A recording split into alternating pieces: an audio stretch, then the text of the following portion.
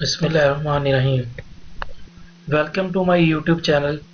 I am postgraduate resident of MD Cardiology.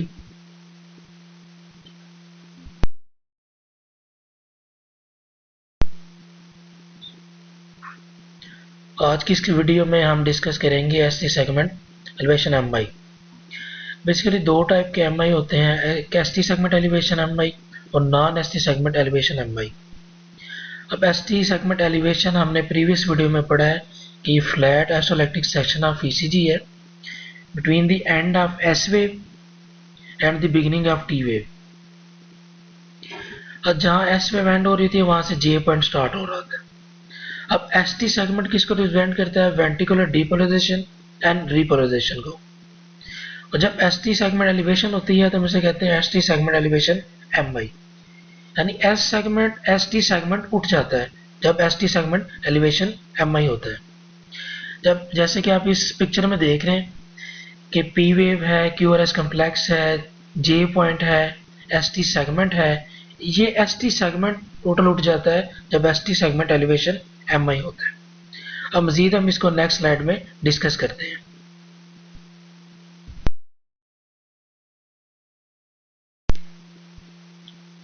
अब हम देखते हैं पैटर्न्स ऑफ एसटी एलिवेशन, यानी हम अकॉर्डिंग टू वॉल्स कितने टाइप का एमआई है उसको वन बाय वन डिस्कस करेंगे।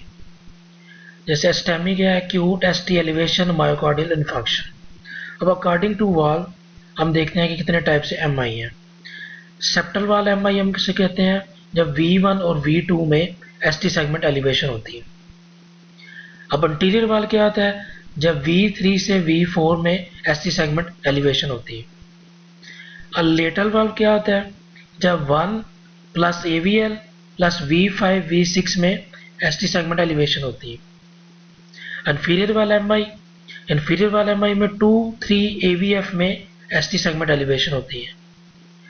एक है राइट वर्टिकल इन्फार्क्शन, इसमें हमने V1 से V4 तक जो लीड है वो देखनी होती है, और स्पेसिफिक की जो हमने देखनी होती है, जो लीड देखनी होती है, V4 लीड देखनी होती है। इसी तरह पोस्टीरियर लीड या पोस्टीरियर इन्फेक्शन में हमने V7 से V9 तक लीड देखनी होती है। लेकिन आज की इस वीडियो में हम डिस्कस करेंगे इंफीरियर वाला एमआई, और फिर one by one next video में हम मजीद जो एमआई है उनको डिस्कस करेंगे।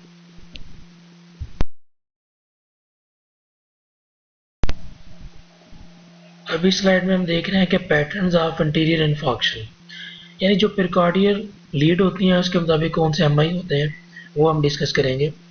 कि सेप्टल वाल में V1 से V2 हमने देखनी होती है एसटी सेगमेंट एलिवेशन। इंटीरियर वाल में क्या होता है? V2 से V5 एसटी सेगमेंट एलिवेशन देखनी होती है। इंटीरियर सेप्टल में क्या होता है कि V1 से V4 एसटी सेगमेंट एलिवेशन आती है। इसी तरह इंटीरियर लेटरल में V3 से V6 और 1 AVL में एसटी सेगमेंट एलिवेशन आती है। अब एक्सटेंसिव एंटीरियर लेटरल वाल में क्या होता है? V1 से V16 में एलिवेशन आती है एसटी सेगमेंट, और 1 AVL में भी एसटी सेगमेंट एलिवेशन आती है।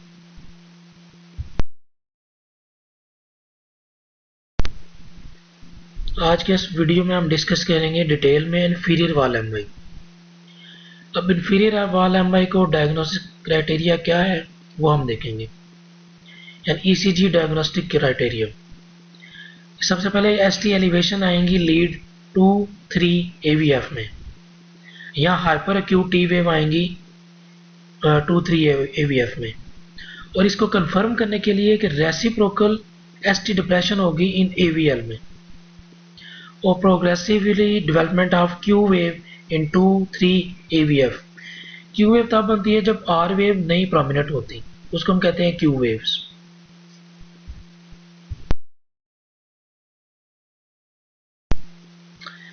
अच्छा, अभी हम देखेंगे इंफीरियर वाला एमआई क्यों होता है। इंफीरियर वाला एमआई तब होता है जब इन तीन मेन आर्टरीज में भी कोई सी आर्टरी ब्लॉक हो जाए। उसमें तीन मेन कौन सी आर्टरीज है?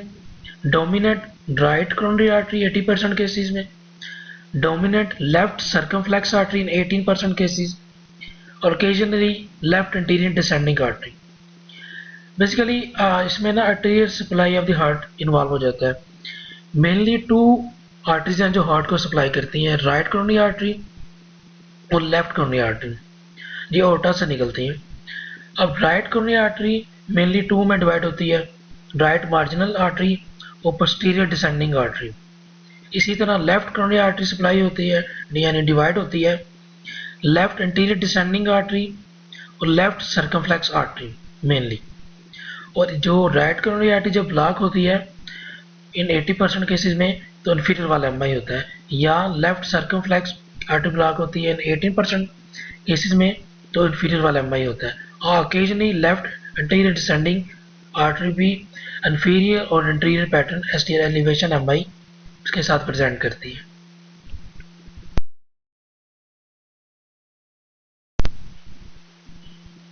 अब RCA occlusion is suggested by, यानी कि जब राइट कोरोनरी आर्टरी इन्वॉल्व होती है तो ईसीजी में क्या चेंजेस आती हैं वो हम देखते हैं क्या होता है। अब एसटी एलिवेशन होगी इन लीड 3 में ग्रेटर देन लीड 2 जब आरसी इन्वॉल्व होगी। इसी तरह presence of reciprocal ST depression in lead 1, यानी कि एसटी एलिवेशन लीड 3 में लीड 2 से ग्रेटर देन होगी और रेसिप्रोकल एसटी डिप्रेशन होगी लीड 1 में। अब ये एक लाइन लिखी है, sign of right ventricle infarction, यानी एसटी सेगमेंट एलिवेशन होगी V1 से V4 में। अब ये एक अलग टॉपिक है, इसको हम मजीद डिटेल में नेक्स्ट वीडियो में डिस्कस करेंगे कि राइट वेंट्रिकल इन्फार्क्शन क्या है। यानी राइट वेंट्रिकल इन्फार्क्शन भी राइट कोरोनरी आर्टरी में इन्वॉल्व हो सकता है, वो क्या होता है वो मजीद हम डिस्कस करेंगे नेक्स्ट वीडियो में।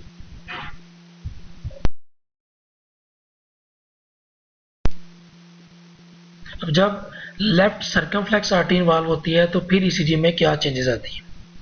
इसमें क्या होता है कि लीड 2 में ग्रेटर एसटी एलिवेशन होगी देन लीड 3 से। इसी तरह एसटी डिप्रेशन एब्सेंट होगी लीड 1 में। और रेसिप्रोकल क्या हो गया, एसटी एलिवेशन होंगी लेटर लीड में 1 AVL और V5 V6 में, इनको हम लेटर लीड्स कहते हैं। हमने पढ़ा था कि आरसीए में क्या होता है कि लीड 3 में ग्रेटर एसटी एलिवेशन आती है देन लीड 2 से, और रेसिप्रोकल एसटी डिप्रेशन आती है लीड 1 में। लेकिन एलसीएक्स में क्या होता है, लेफ्ट सर्कमफ्लेक्स आर्टरी में लीड 2 में ग्रेटर एसटी एलिवेशन होती है लीड 3 से, और एसटी डिप्रेशन इन लीड 1 में एब्सेंट होती है, और sign of lateral lead elevation present होते हैं, यानी 1 AVL में और V5 V6 में। ये होती है लेफ्ट सर्कमफ्लेक्स आर्टरी ओक्लूजन।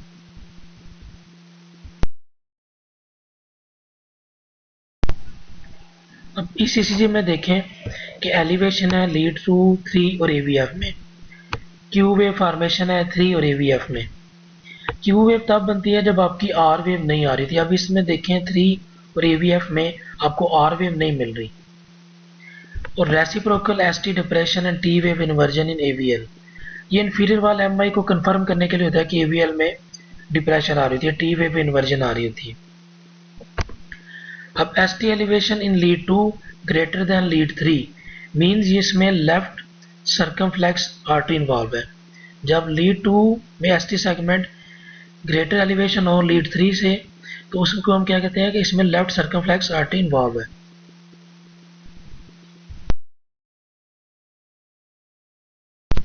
अब ये इसीलिए जब राइट कोरोनरी आर्टरी इन्वॉल्व होती है इन्फीरियर वाले एमआई में, उसमें क्या होता है कि hyper acute T wave in lead 2, 3 AVF with relative loss of R wave. अब देखें लीड 2, 3 AVF में आपको आर वेव नज़र नहीं आ रही, सिर्फ हाइपर एक्यूट टी वेव है, और एसटी एलिवेशन और क्यू वेव फॉर्मेशन है इन लीड 3 में। अब हमने पढ़ा क्यू वेव कब होती है, जब आर वेव आपको नहीं मिल रही होती ईसीजी में। रेसिप्रोकल एसटी डिप्रेशन है and T wave inversion and AVL में, ये कंफर्म करने के लिए इन्फीरियर वाल एमआई को। अब एसटी एलिवेशन क्या है, लीड 3 में ग्रेटर होगी लीड 2 से, ये सजेस्ट करती है कि आरसीए ओक्लूजन है, यानी राइट कोरोनरी आर्टरी ब्लॉक हुई है इसमें।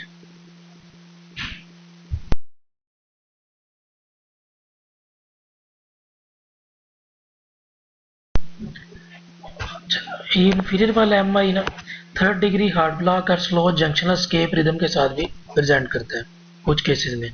जैसे आप इस ईसीजी में देखें कि लीड टू 3 AVF में एलिवेशन भी है और साथ पेशेंट को कंप्लीट हार्ट ब्लॉक भी है। इसको हम कहते हैं inferior STEMI with 3rd degree heart block.